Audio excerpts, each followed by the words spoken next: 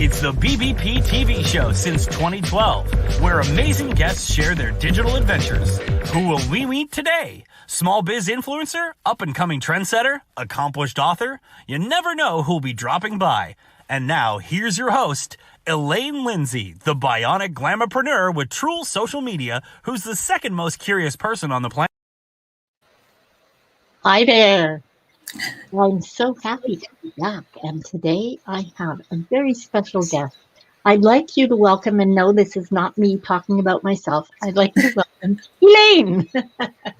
This is Elaine Powell. Elaine Powell is, wow, you're just absolutely going to love what I have to tell you about Elaine.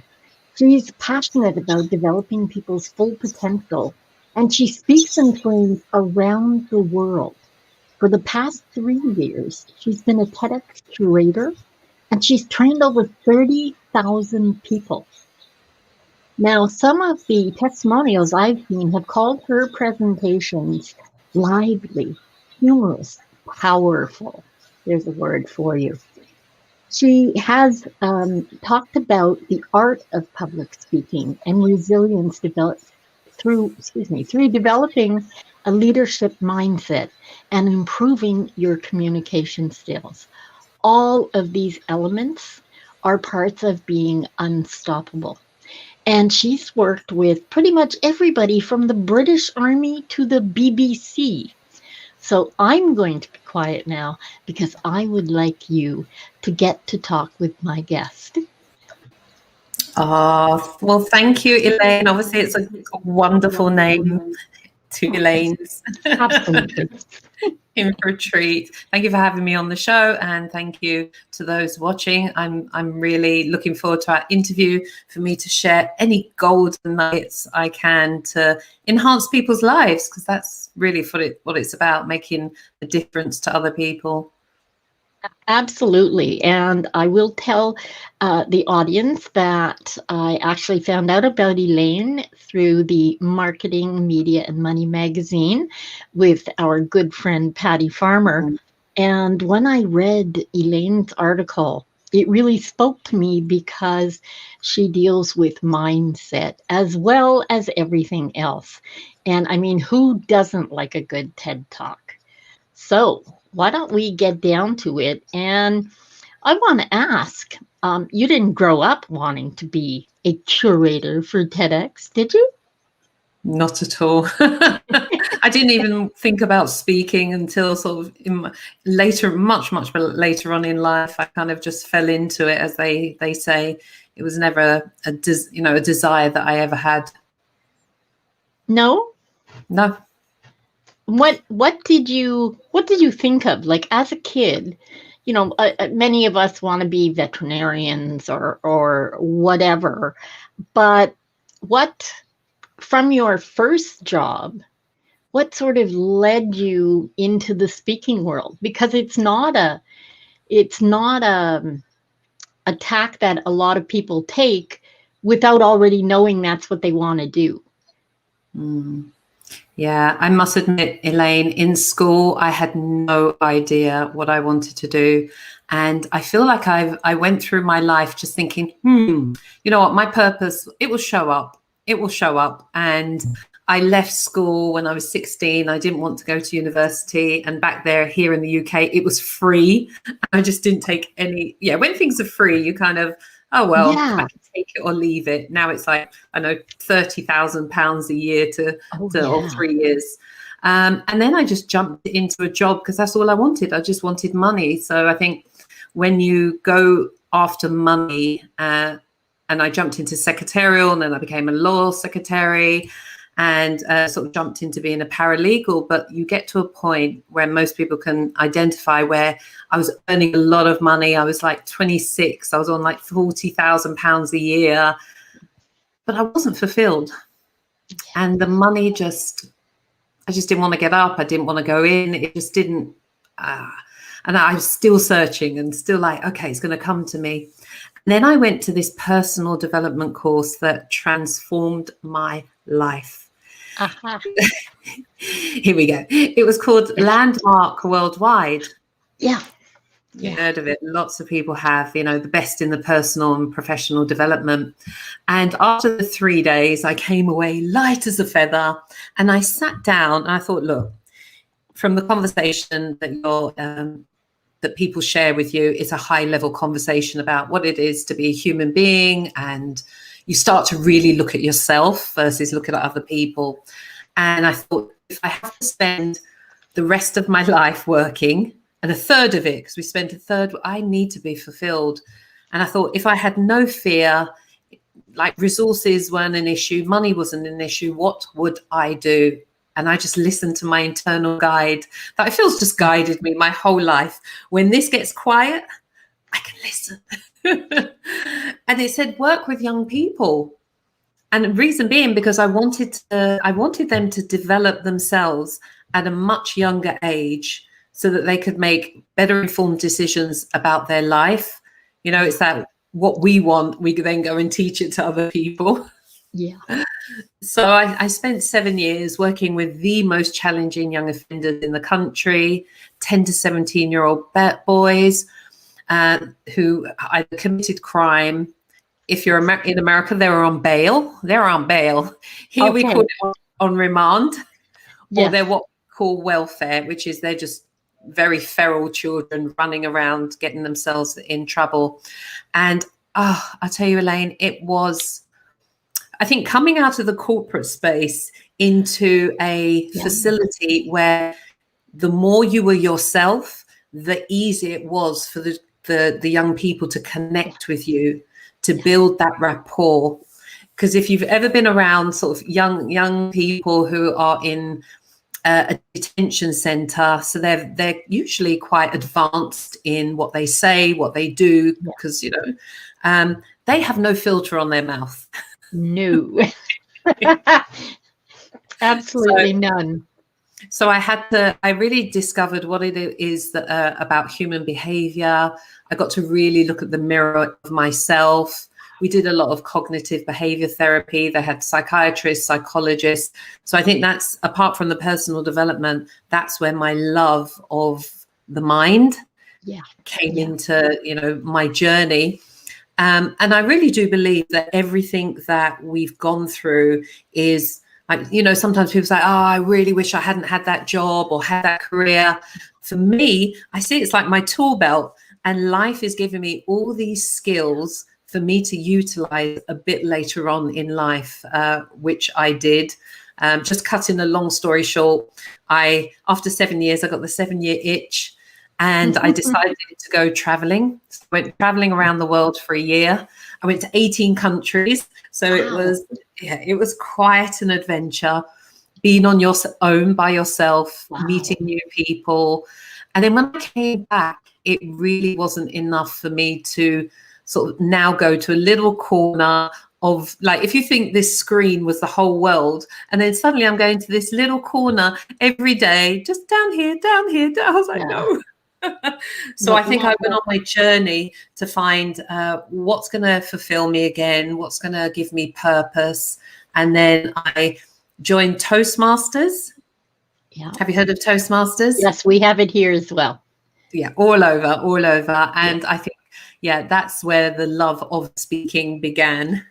Mm-hmm.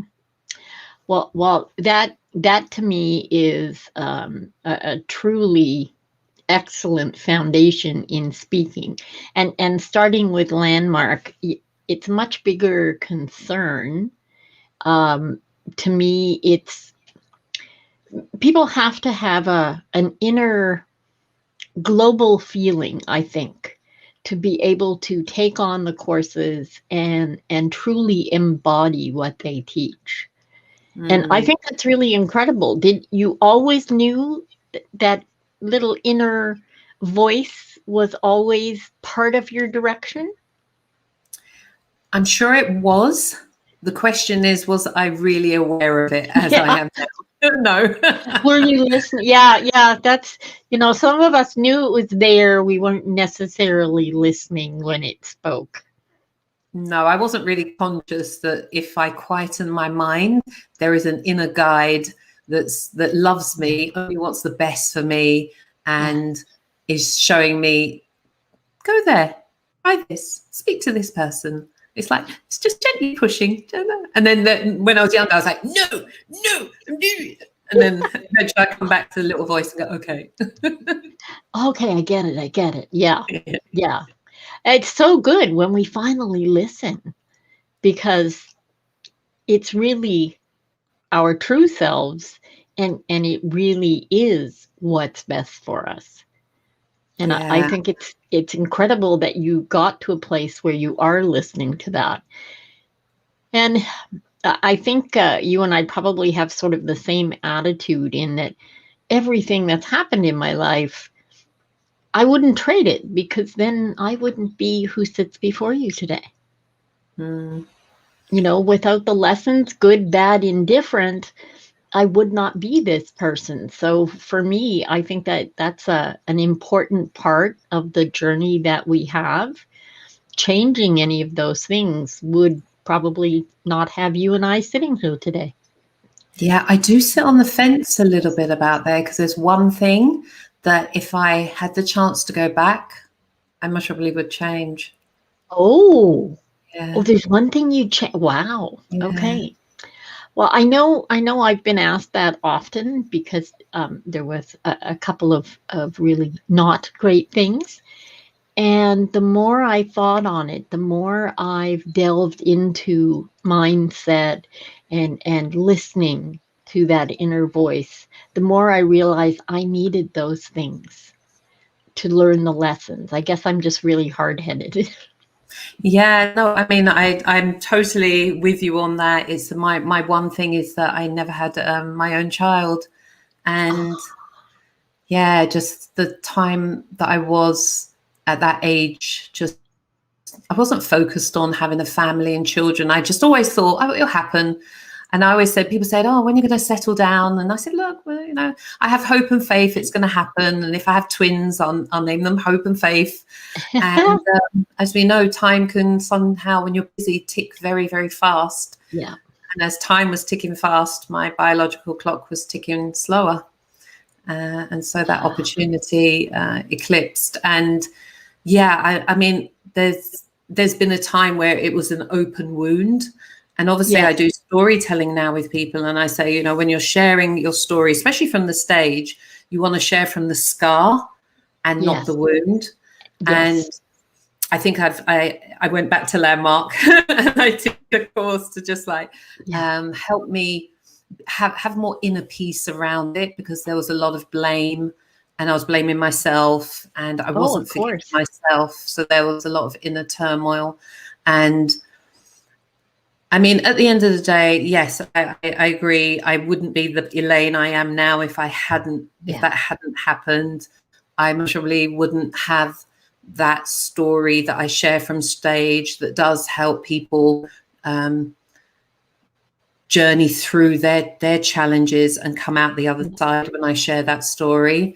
And I guess for me, it's just trusting that life loves me. It only wants the best for me. Like it wants the best for nature. And so that happened for a reason. And I maybe just don't know the reason. And maybe I never will. So it's just, I now have inner peace around it. And I'm adopting. Oh, cool. Yes. So I'm going to be a mum. That's fabulous. So in the back of my head, I kept thinking, but you can adopt. I know. You can. Oh, that is so fabulous. Truly fabulous. I was so welling up. Oh, that's wonderful. Yeah, I'm excited. Oh, I bet you are.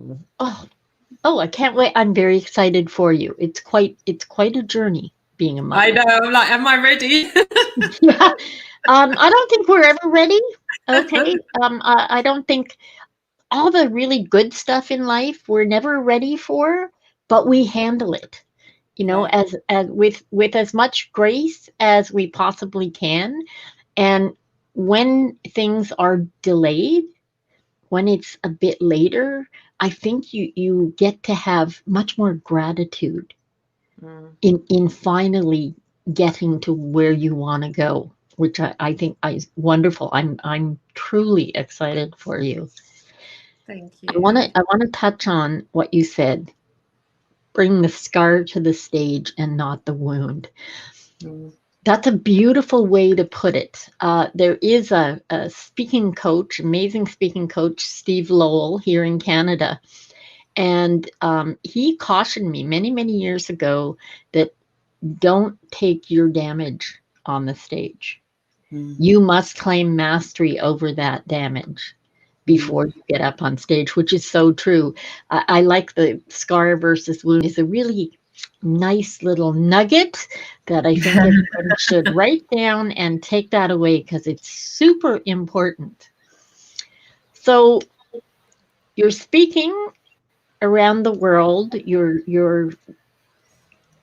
You switch from speaking to curating TEDx.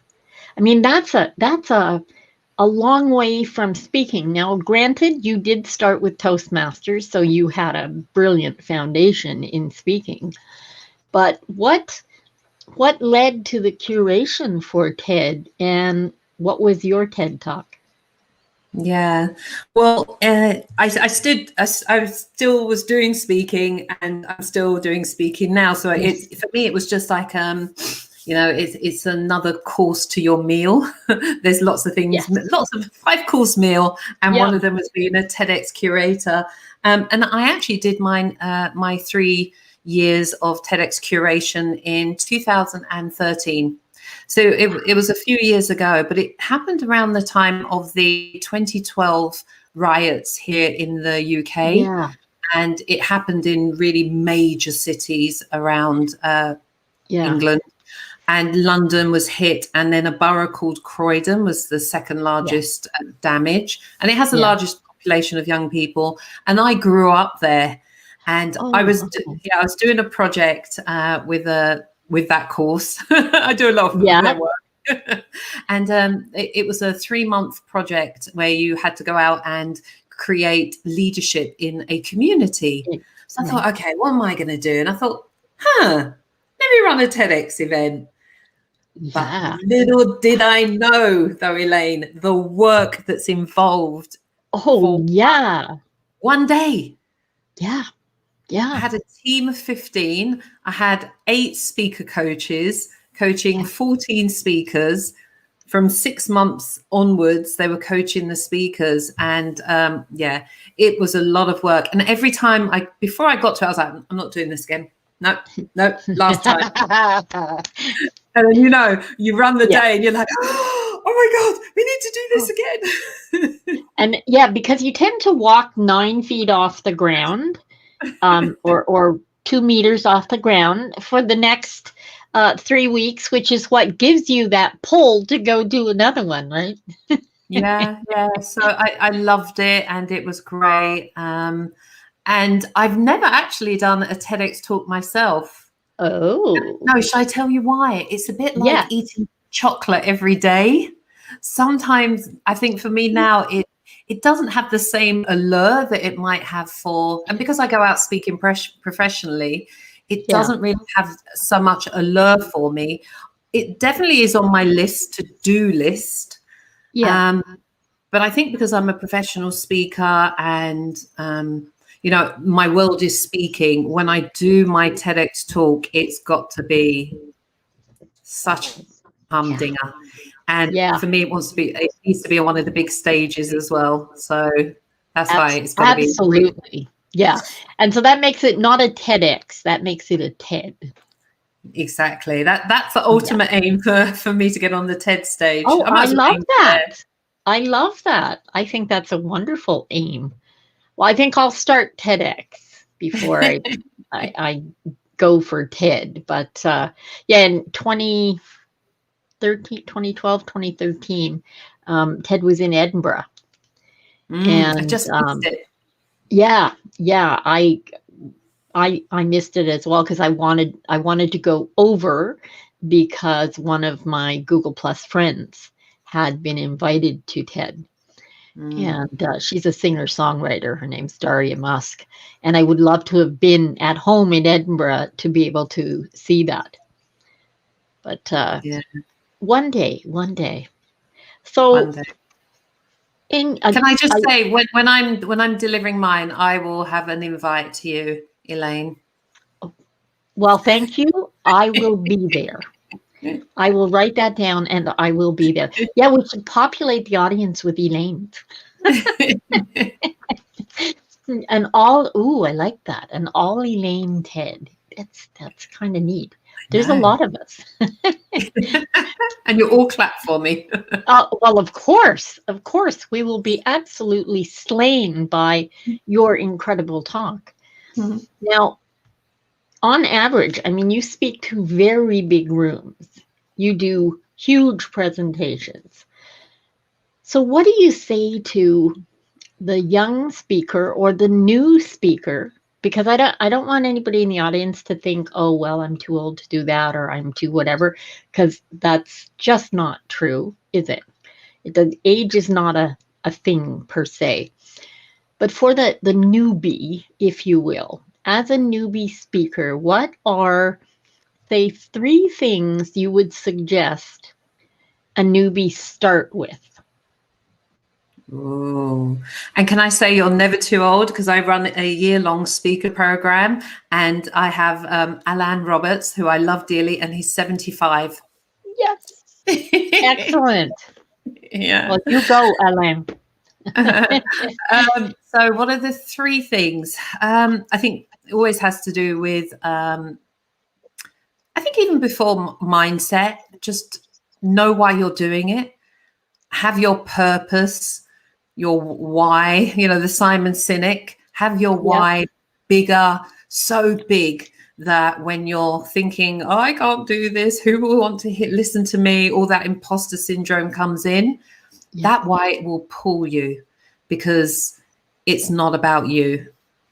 And, that is a huge key when you're presenting. It's not about you. Nobody cares. They really don't. The audience is sitting there going, the audience is sitting there going, okay, good for you.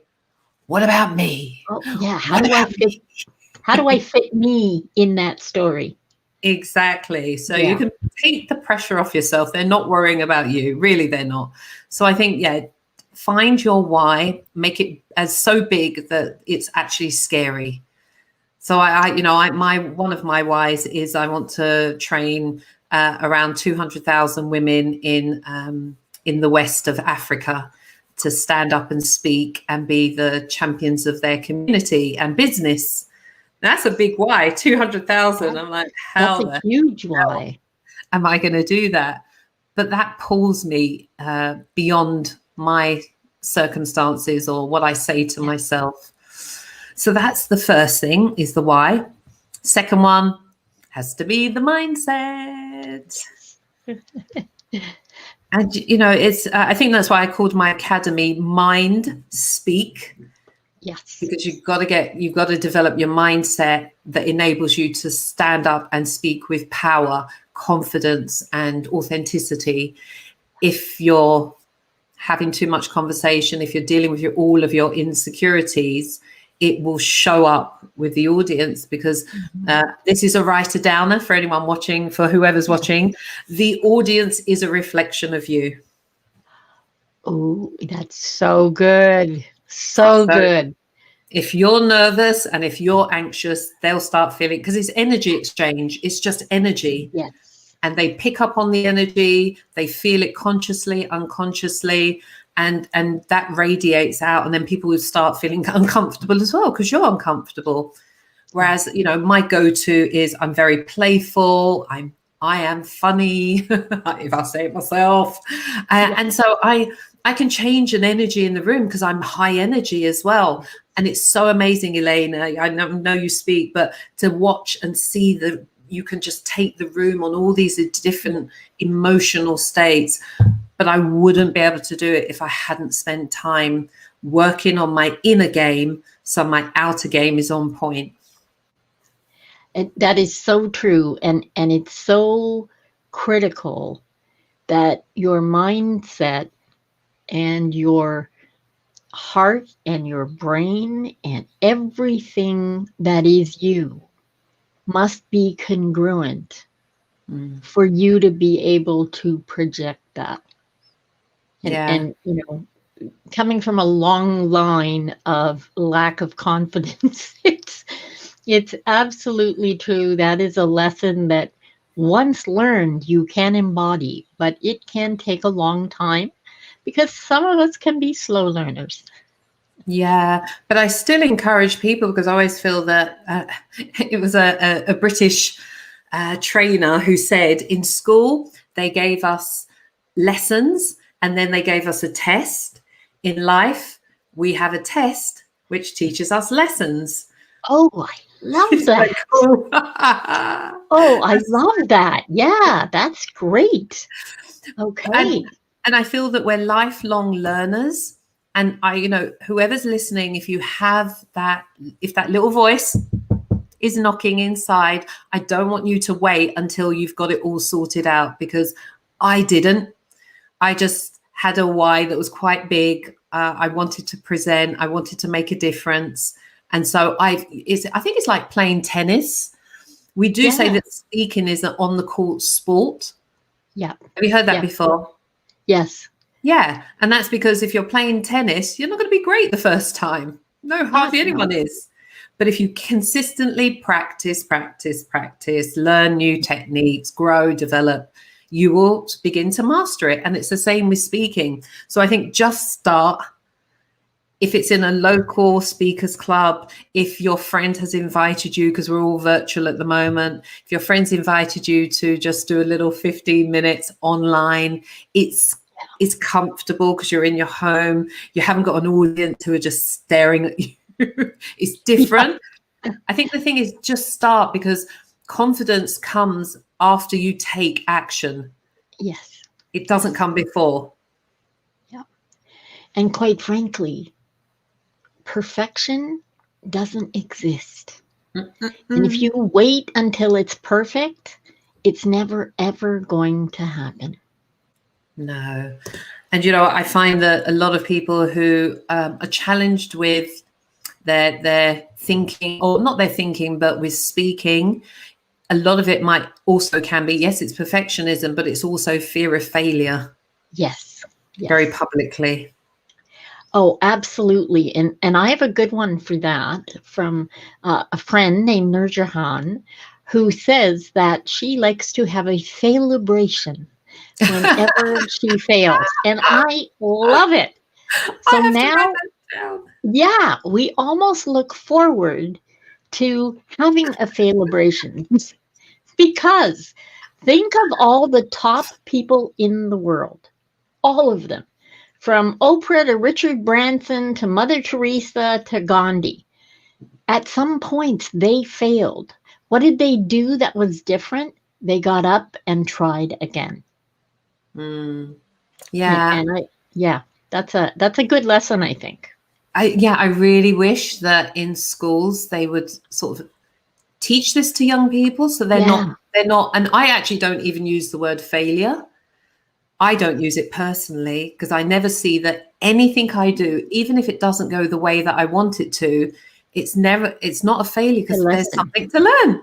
Yeah. How can that ever be a failure? Yeah. It's a lesson. So, and I think failure is such a heavy word that we put on people, that they failed because they didn't meet an expectation that is just made up. Expectations are made up. Absolutely. I think the thing is, and I find, because humans are by nature comparative, okay, you can't know someone is tall unless someone is short. You can't know that it's cold unless somewhere it's hot. And failure is then the other side of success, unfortunately. I love the fact that it's a learning experience. It's a lesson. And you're only doomed to repeat a failure if you don't take the lesson. Exactly. So I'm mostly one of those crazy people. Have you heard of the decide, commit, resolve? Not really. No. Yeah, I think it might be a Tony Robbins thing, and I think it's also in Think and Grow Rich. And they talked about some soldiers that were wanting to take an island, and they they've rowed their boats. boats to the island, and they burnt the boat, so there was no way back. But they they decide to do something, they then commit to it, and then they work it out. They work it out, whereas a lot of people do it the other way around. They'll try and work it all out. What if I do this? But what if this happens? And Hannah. Well, you will never know, because that's all in the future. Yeah. You won't know. And then half the time they'll talk themselves out of it. Mm-hmm. And then half the times that they'll take action, it's maybe 6 months later, a year later, and then they'll decide, and then they'll commit. So I just have looked at my life, and I thought, oh my gosh, I've just totally always followed the decide, commit, resolve. I'm just a jump in, and then I'll see if I'll sink or swim. And I always swim, and there's always something to learn from it. So I think, especially being an entrepreneur and a small business owner, the way I fall forward is by trying new things, because I want to learn quickly. Yeah. I work with people, like, daily, and sometimes I guess I'm more like you in I figure I'll just do it. What's the worst that can happen? I'll learn a lesson, and then I'll try it differently. I even learned to drive a car with a book. Okay.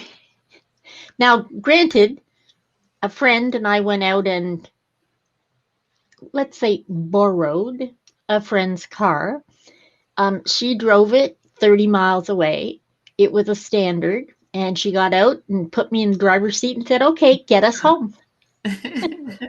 Now, Danny, that friend, was not aware prior to this that we had actually borrowed his car, but we did make it back safely, and the car was just fine. But that's a definite decide, commit, and we'll resolve the issues later when we get back. We always do. We always work it out somehow, and then there's always a lesson to learn. But I was just wanting to tie this into the speaking, which is it's letting go of that perfectionism when you're presenting and speaking. And lots of things have gone wrong for me when I'm on stage. But do you know what? Because I know the audience is a reflection of me, how I deal with it is how they're going to deal with it. Yeah. My go-to, Elaine, I laugh. Humor. I don't make it a big thing. If I forget something, I just come back and go, oh, I've remembered. Hannah. And the people are just, okay. Yeah. So that, it doesn't even matter if the slides don't work or if you've forgotten what's next and you have to ask an audience member, where was I? Because I do this, I go ramble. Thank you. Absolutely. And being able to bring people in to your story can give you a better connection with your audience. Oh my gosh. Don't get me started on storytelling. Oh, we'll be here all night. Yeah.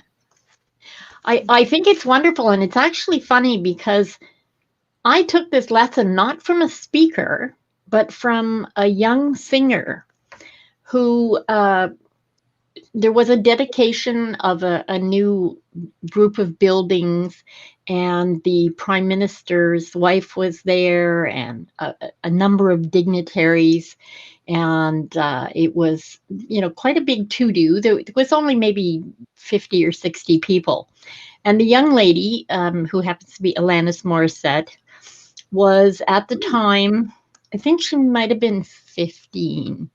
And she was singing for this event, and the soundboard broke.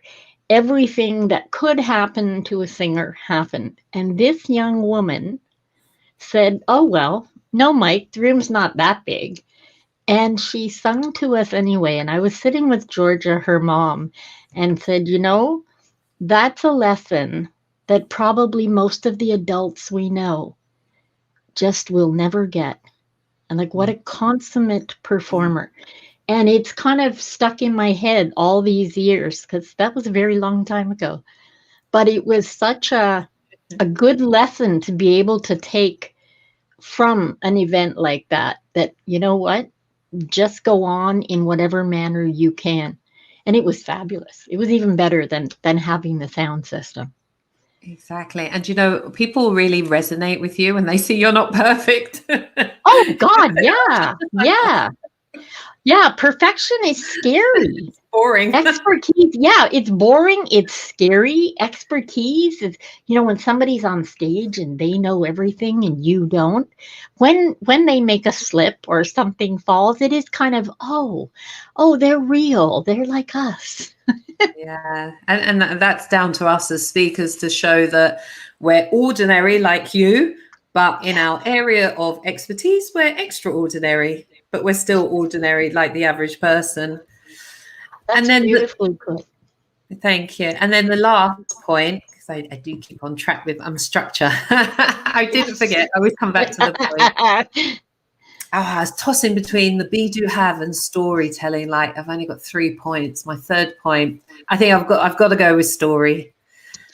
Yes. Find your story and tell your story. I was, I work with a lot of people around storytelling, and I have a craft your story workbook for your audience as well.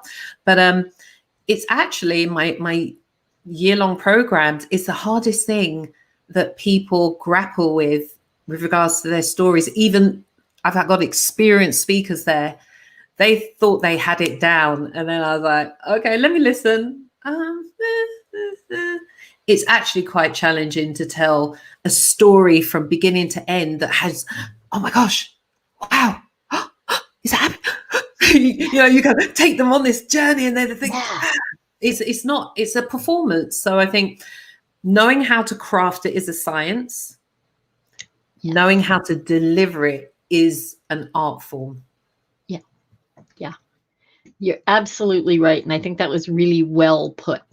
It is truly an art form.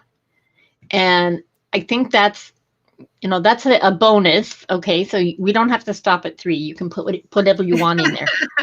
But I think that is a little bit of a bonus in that even as a newbie speaker, you have to consider it a performance. Even though it's your story that you're telling, you kind of have to take a step back. Does that make sense from your story in order to tell it? It's that scar versus wound, but the whole story has to be a little at one removed from you, I think. Yeah. I mean, when we work, I'm a TEDx coach for one of the TEDx's here in the UK. I can't be a curator too much, but I can be a coach.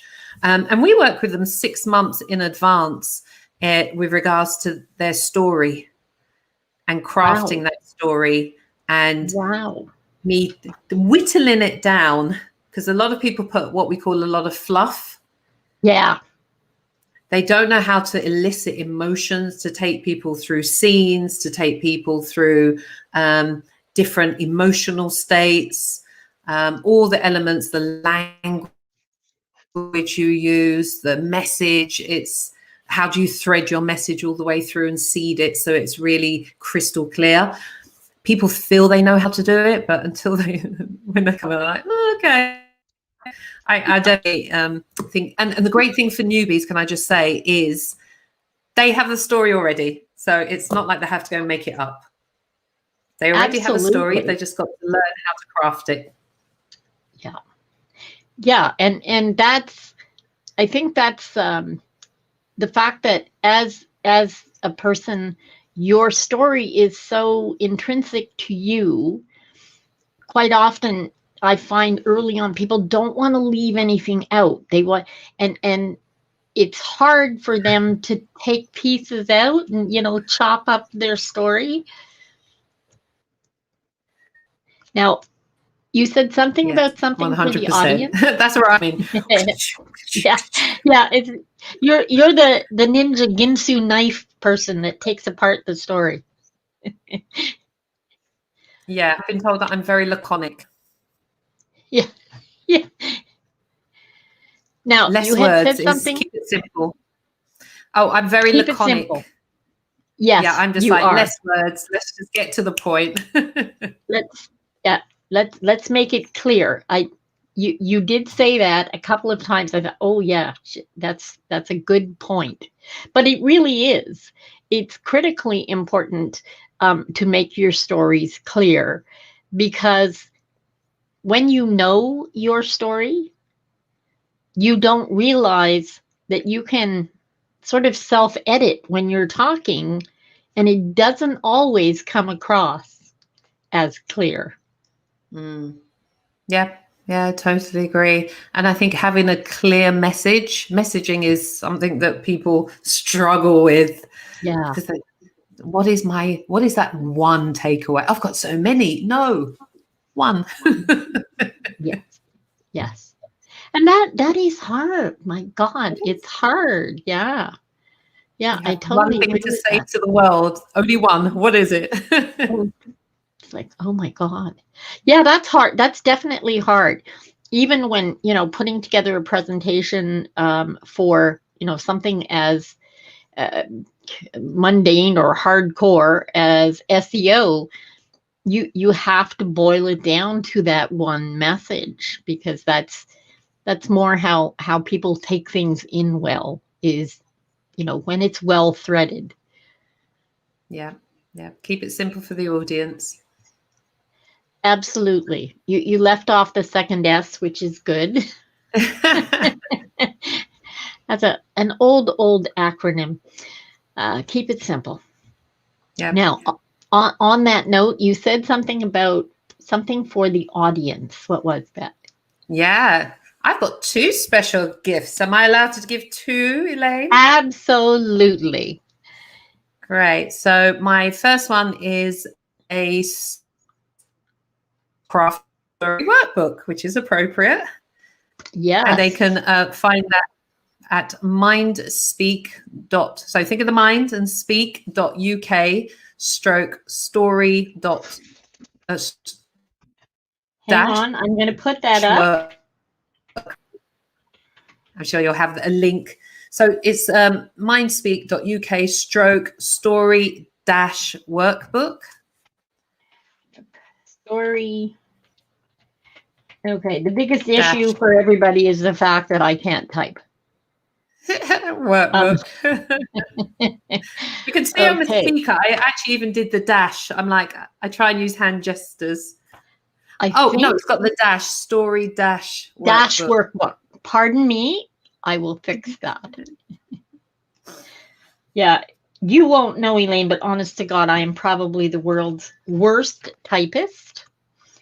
It is not a strength nor a skill that I possess. Let me just double check for you. That's very good. And then I have another one, but I might not want you to dive. It's just the same, mindspeak.uk/virtual.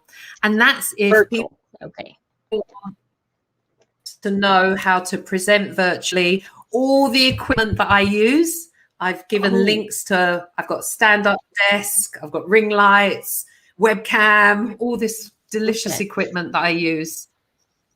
Oh, that's perfect. And we'll actually put both of those links on your page on BBP, and then the audience can take them from there as well. Yeah. Well, this has been really excellent, and you've given some really, really good tips. So what I'd like to do, while saying thank you so much for being my guest, I really do appreciate it. We always like to leave our audience with some little tweak or hack that you use daily, either personally or in business, and something that's important to you that they can take away and implement right away. Ooh. Shall I share one of my most powerful tools I use? Yes, please. Yeah, it's called the Be Do Have. Be Do Have. Yeah, because we go through life doing things in order to have things, and then we'll be successful. Then I'll be calm. Then I'll be happy. No. Turn it around. Yes. The being creates that creates the results, because you're always being something, being kind, being resourceful, and you take actions out of that way of being. So every day I generate, how do I want to be today? I want to be calm. I want to be reflective. I want to be focused. And my brain hears it and it knows how to be that way. And I start being that way. And this is a big thing for on stage. If you're being nervous, if you're being anxious, you're going to get those results. So when you come onto stage, generate, how do you want to be? and start presenting from that space, it's chalk and cheese. So that's my little golden nugget. Do have. That is absolutely brilliant. Oh, love that. Love that. And it definitely works. I know that for a fact. Well, once again, I say thank you so very much, Elaine. From Elaine to Elaine. It was lovely having one of us on the show, or both of us on the show, I guess. I look forward to our next show. I will be seeing everyone in 2 weeks. Thank you so much. I know you're going to get lots of use from both the virtual and the story workbook that Elaine has so generously offered here. And in the meantime, remember to make the best of your today every day, and we'll see you again next time.